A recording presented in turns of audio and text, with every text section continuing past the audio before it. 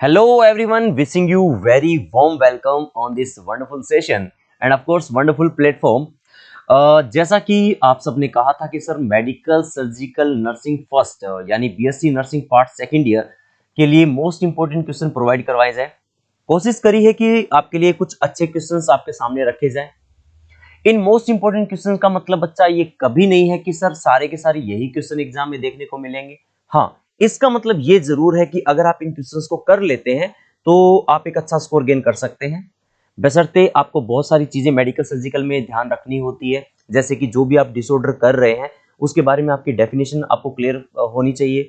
उसका sign symptom क्या है, इटियोलॉजिकल फैक्टर्स क्या होते हैं, पैथोफिजियो क्या है। ये एक आसान सा पोर्शन है जो आपको नंबर दे देता है। बट सबसे ज्यादा जरूरी हो जाता है मेडिकल मैनेजमेंट और नर्सिंग मैनेजमेंट। ये आपको प्रॉपर हर एक डिजीज के बारे में पता होना ही चाहिए।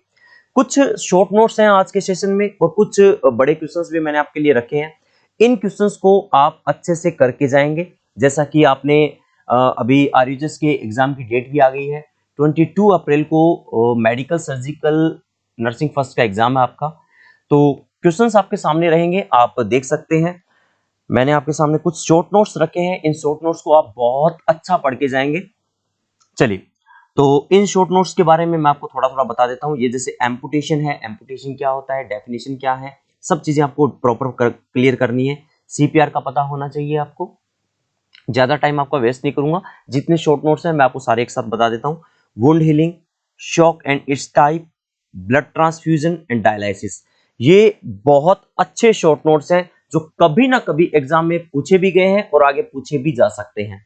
इनके बारे में हर बच्चे को नॉलेज होना ही चाहिए। जब आप जाएं एग्जाम के अंदर 22 अप्रैल को, तो इन सब के बारे में तो आपको पता होना ही चाहिए। एग्री? नेक्स्ट वन, कुछ और शॉर्ट नोट्स हैं हमारे पास, जैसे बीएमडब्ल्यू, ये भी अच्छा क्वेश्चन बनता है अपने आप में।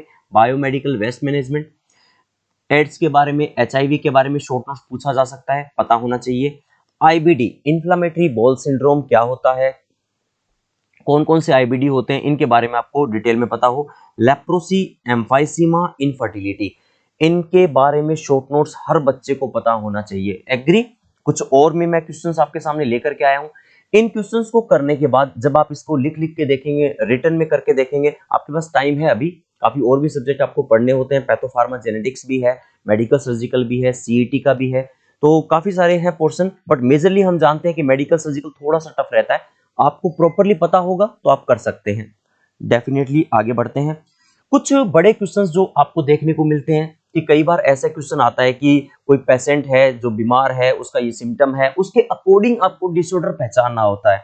उन्हीं में से कुछ मैंने जो सिलेक्ट करके लिए हैं आपके सामने, इनके आने की संभावना ज्यादा है बच्चा। आप ये बड़े क्वेश्चंस इस तरीके से करेंगे कि सर मुझे उसकी डेफिनेशन भी आती है, उसका etiological factor, sign and symptom, pathophysiology, इसके अलावा मेडिकल मैनेजमेंट, मेडिकल के अंदर आपको सर्जिकल मैनेजमेंट भी प्रॉपरली पता होना चाहिए, और साथ के साथ नर्सिंग मैनेजमेंट।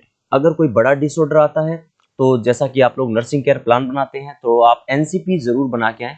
अगर हर संभव कोशिश हो सके तो टाइम को पूरा मेंटेन करके चलें। सीओपीडी, टीबी और न्यूमोनिया, इनमें से कोई एक अल्टरनेट होता ही होता है, खाली नहीं जाएगा। रेस्पिरेटरी डिसऑर्डर में से खाली नहीं जा सकता। आप जानते हैं बड़ा क्वेश्चन आने की संभावना पूरी पूरी बनी रहती है। एंजाइना पेक्टोरिस और एमआई, लगभग हल्का सा आपको चेंज रखना होता है इसके अंदर, बाकी सेम सी कंडीशन है, आपको पता है। एक में चेस्ट पेन है और एक में एमआई है, मायोकार्डियल इन्फार्क्शन। पूरा डिटेल में पढ़ के जाएंगे आप, बड़ा क्वेश्चन बनने की संभावना है। और सबसे most important, renal failure, acute renal failure, chronic renal failure, पूरा पढ़ के जाना है आपको। बिनाइन प्रोस्टेटिक हाइपरप्लेसिया, अच्छा क्वेश्चन है आपका। डायबिटीज मेलिटस, स्केलेटन सिस्टम से, स्केलेटन डिसऑर्डर से आपके सामने है ऑस्टियोआर्थराइटिस, ऑस्टियोपोरोसिस, ये इनमें से आपको बेहतर करके जाना है।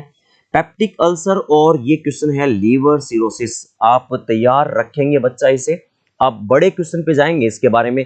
कभी कभार साइन सिम्टम दिए होते हैं तो उसे पहचान के आपको पता करना होता है कि कौन सा डिसऑर्डर इसने दिया हुआ है।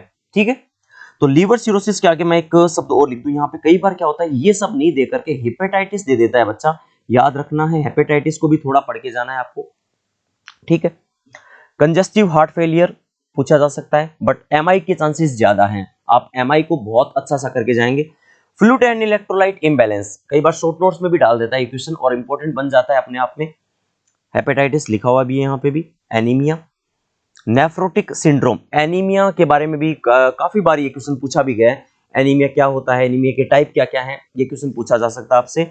नेफ्रोटिक सिंड्रोम बहुत अच्छा करके जाना है, ये बहुत ही इंपॉर्टेंट क्वेश्चन अपने आप में बन जाता है। तो कुछ बेसिक शॉर्ट नोट्स मैंने आपको बताए, कुछ लॉन्ग क्वेश्चंस मैंने आपको बताए। इन क्वेश्चंस को बच्चा नहीं छोड़ के जाना, आपके पास अच्छा खासा टाइम है, अभी 15 से 20 दिन का जो टाइम है।